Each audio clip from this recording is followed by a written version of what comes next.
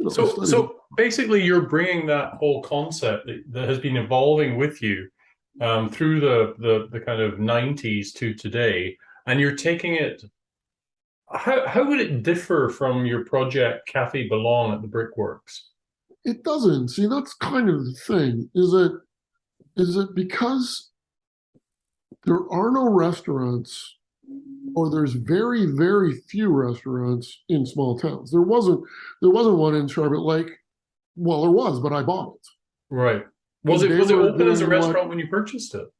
it was called the Maples, and they Okay. did pizza and you know a menu that you would recognize Yeah. across Ontario and across Canada.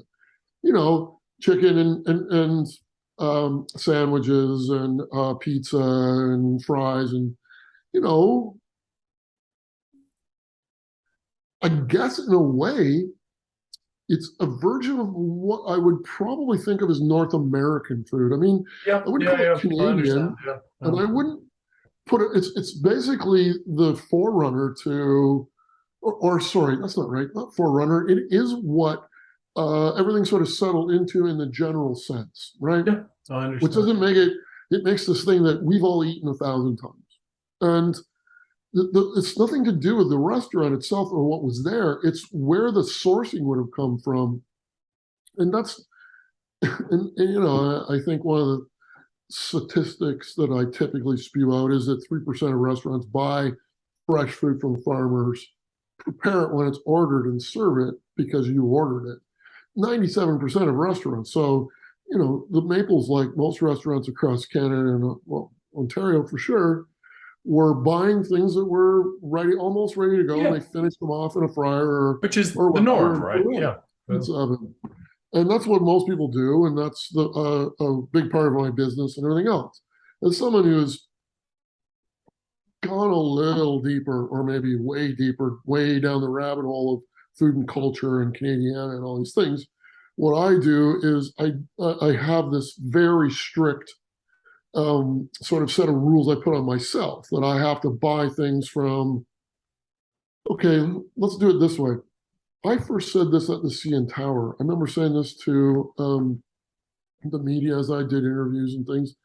They would say, "Well, how are you doing this Canadian food?" And I said, "Well, the first thing I'm doing is essentially, if you look at the CN Tower on the map, I'm buying things as close to the CN Tower as I can, and then just work outward in concentric circles yeah. Yeah. until you end up on the other side of the planet." Because at the CN Tower, I was also supposed to be doing, all the people that came to Toronto kind of food. So we were Yes. celebrating all things. So sometimes I had to find truffles, caviar, things from the other side of the planet or the other hemisphere or whatever. And there's nothing wrong with that. That's really exciting. And then I just started narrowing it down a little bit. I got very, very. I was always the organic thing is important to me, without a doubt. It's a big argument. You could talk about organics for days. There are organic farmers that are just, and then there's, you can be an organic lemon farm in Florida and lock all your migrant workers in a sea can overnight. There's organic where it's the way it's supposed to be, and then there's organic so you're certified and you can get into the Yeah. Of marketplace. course. So Yeah. it's like anything, is that you really, and this is my sort of the reason, because I got into organics and I realized I needed to go to the farm. I need to actually look in the farmer's eyes. I needed to talk to him, ask him what he was doing, having to explain to me, and then look at the animals, look at the fields, look at the workers, understand how that all fit together. And somewhere in there, I sort of guess big-headedly personally judge whether or not they were actually doing what they said they were doing, because I was going to go out in front of another group of people and say, I brought you this thing and this is what it is. So So I you've didn't want always to be a been liar. known for your personal relationships with farmers, knowing exactly the provenance of everything that you're cooking, preparing, and serving to your guests. How have you managed to find farmers to work with out there, and how has that making these new relationships been for you? Oh, well, specifically out here, just very welcoming. I mean, Really? Okay, honestly, good, good, good, good. well, it's never been anything but. I have a couple stories of my own county when I really started doing this. One is in Norfolk County, there was a farmer my father phoned and said, "Oh, there's this guy who does those, Georgia Vidalia style sweet onions." Excuse me.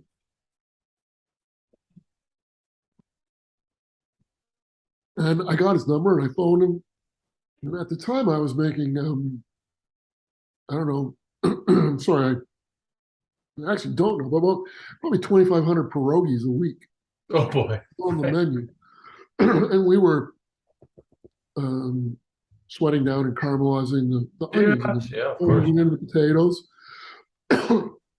But I would send that filling out to a local guy who was making my pierogies and sending them back. I just wanted to be honest about that. I wasn't making the fold in the little pinching Right. 25 Yeah. minutes. But the onions, where the onions came from, was important to me. So I phoned him and said, I need like at least 1,000 pounds of onions a week. He said, "Oh, good." Great. When I said, "So how am I going to get these from you?" And he said, "Well, come and get them." And I said, "You won't drive them into the city?" "No." "Do you ever come to the Ontario food terminal?" Right. "No."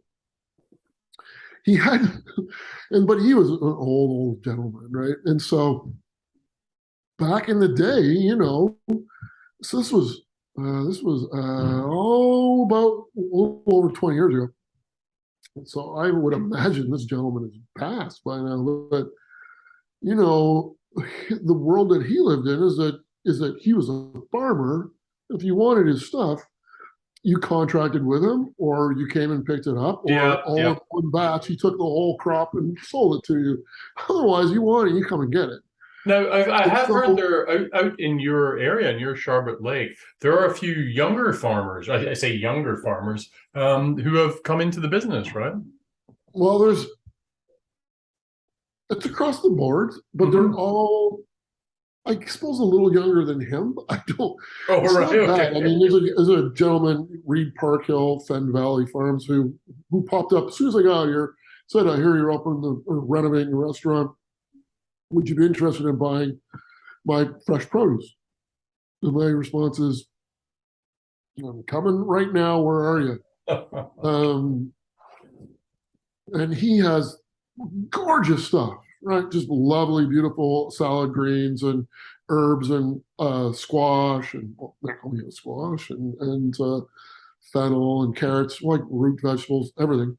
Market garden, and there's a lot of these people out here. There's a lot. There's a Right. lot of garlic farmers. There's a lot of people who raise different animals across the different things. And so if you take, I would basically say this is that I have to, having built a network of farmers for the last 30 years, Mm, sort of lean on them a little bit, but they're a little farther out. Some of them are in right. between I here and understand. Toronto, Yes. so Yeah. they're naturals, and then some of them are on the other side of Toronto, and I have to replace them. So it'll take me a while to sort of get through all the little tiny bits and pieces on that list until it all comes from here. But there's obviously great dairy. There's obviously great cheese. Back 40 cheese is just up the road, and it's wow. I also have Seed the Sausage, who is making charcuterie, just again, just up the road. He's Oh, really? Okay. Coca-Cola and well, he's doing it all. He has award-winning Montreal smoked meats and things like that. You have a Um, chocolatier out there as well, I believe. the chocolatier Ludwig, Yeah. who makes yeah, it's like, yeah, I mean, it sounds like I moved to the middle of nowhere, but it's not in any way. It's actually the middle of nowhere in the fact that it's just gorgeous, and that it has all the resources that you possibly need.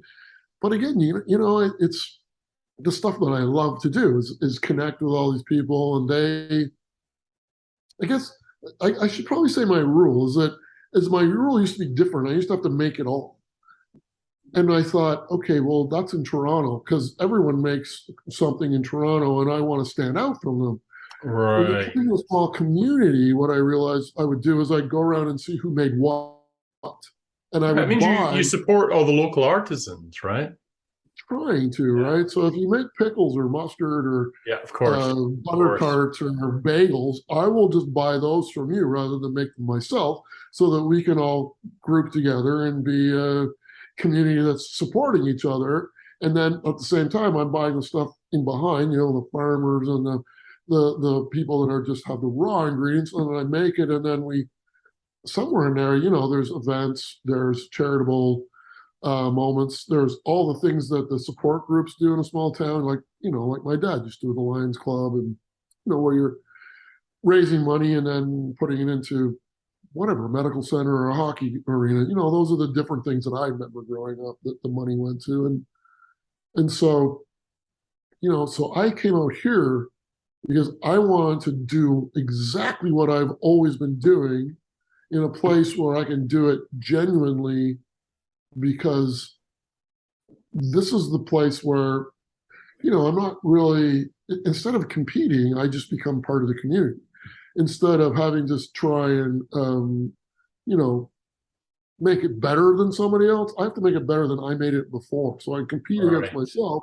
Yeah, and then I just get to be with everyone who's out here and do those dinners. And in all fairness, like Cafe Belong, I'm going to be doing a lot of takeaway things. My restaurant sits in between two really interesting roadways. One is a highway, and the other one is the old rail bed, which is now called the K&P Trail, Kingston to Pembroke. Used to be the railroad on it, so it's the K&P Trail. That's a big snowmobile route, is it not? It's 4x4s, side by sides, bicycles, walking, and in the winter, snowmobiles. Right. Snowmobiles is the hard one because you have to, sort of dress the trail for a snowmobile. And yeah. You can ruin a snowmobile trail with a 4x4. I'm learning all this stuff, right? I didn't know it. So the snowmobiles are, there's different times for a different one, but they're going by in groups on one side, and there's people going by on the highway on the other side, and just on the other side of the trail is a park. And in the summertime, it's a beach with a bandstand. They have concerts. Oh, wow. The farmers market there. Yeah. Yeah, there's a farmers market in the park on Saturdays in the summer. So there's it's already happening here. I'm just here to I guess add your special sauce. So here's the elephant in the room is, what is your ETA? Because you've been telling me it's 5 weeks out for about 2 years now. That's what I've been telling everybody here too, and that's what everyone's telling me who's working for me. Okay. That's what I think. The ETA is 5 weeks out. You still in construction then? Yeah. Right. The building was in really rough shape. Okay. Needed to be rescued. It's quite a story. But the bad news is about that story is it's just a really tedious, long story about finding more and more things that I had to fix and wait for parts. And I guess you've also had all the supply chain issues that have been going on since the pandemic began, right? Yeah, the supply chain issues are the same that everybody has. Yeah. And it's the thing that I find frustrating is there really aren't the material shortages that we think there are, because I get on my bike and I go and find out where stuff is. And the problem is logistics. And really? Okay. People loading and unloading boats and trucks. And no one wants those jobs. And so you can't get things to move around. There's no shortage of very many things, in all fairness. Now, speaking of shortages,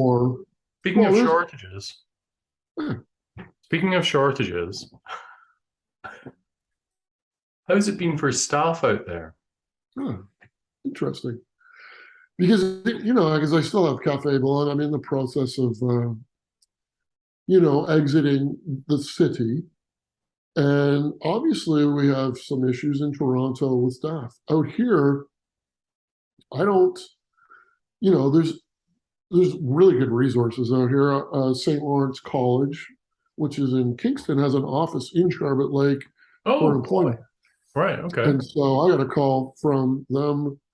Well, this is where it gets weird, but because about 6 months ago, I got a call from St. Lawrence College, and I was like, "Oh, I'm about to call you," and they're like, "Oh no, we just want to know if you'd like to do a job fair." I'm like, you'll do a job? And they, oh yeah, we're all set up to do these things. So Hmm. I got like 25 resumes from that job fair, and they set me all up, and we interviewed people, and they were great. I hired a whole crew, because I was only 5 weeks out Yeah, 6 months of ago. course, right.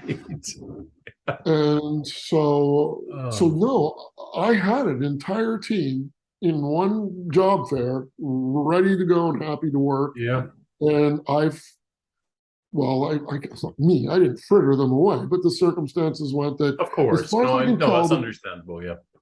yeah, well, the kids, there was a lot of students. So a lot of the students will have gone on to university or back to, grade 12, I suppose. Grade 9, I don't know, high school, but um, there were quite a few cooks that were out of work looking for jobs. And so Mhm. I have a weird feeling I'm going to still get a kitchen. Oh, It'll great. now mean I'll have to sort of try and, find another cohort of servers. But I'm also doing a whole thing where I'm not doing tipping, and I am trying to train both the front and back of house to cross train across, so the cooks will bring the food out, and So the you're servers providing a will. living wage to these people, right? Yes. Yeah. So if you eliminate tipping, um, there is no trick to it. Oddly enough, I was I'm sitting with up you and talking about 100% on this. this. Yeah. Yeah, there's a covenant between an employer and an employee. You have to pay them properly, and they have to do commensurate work for commensurate pay. Have you read Why would any you of that tip him? stuff from the Toronto media saying we're going to have to start tipping 30% and the like? Yeah, that's asinine, and Yeah. that is the pathway to a very, very bad end to an industry that is very important. Yeah. Nobody, that's ignorant. That is wrong. It doesn't make sense. Why should I say to you, hey, you need to pay my staff more? This is But that stupid. we could talk about this all night long. Brad Long, I really appreciate you telling us all about what you did next. I'm going to have to do a road trip and come out and see you in Sharbot Lake. I'm looking forward to hearing about your opening when it does happen in 5.5 weeks. We'll see what happens. Thank you very much for joining us at Good Food Revolution. Really appreciate your time. Thank you, Jenny. We appreciate it. Bye Cheers. for now.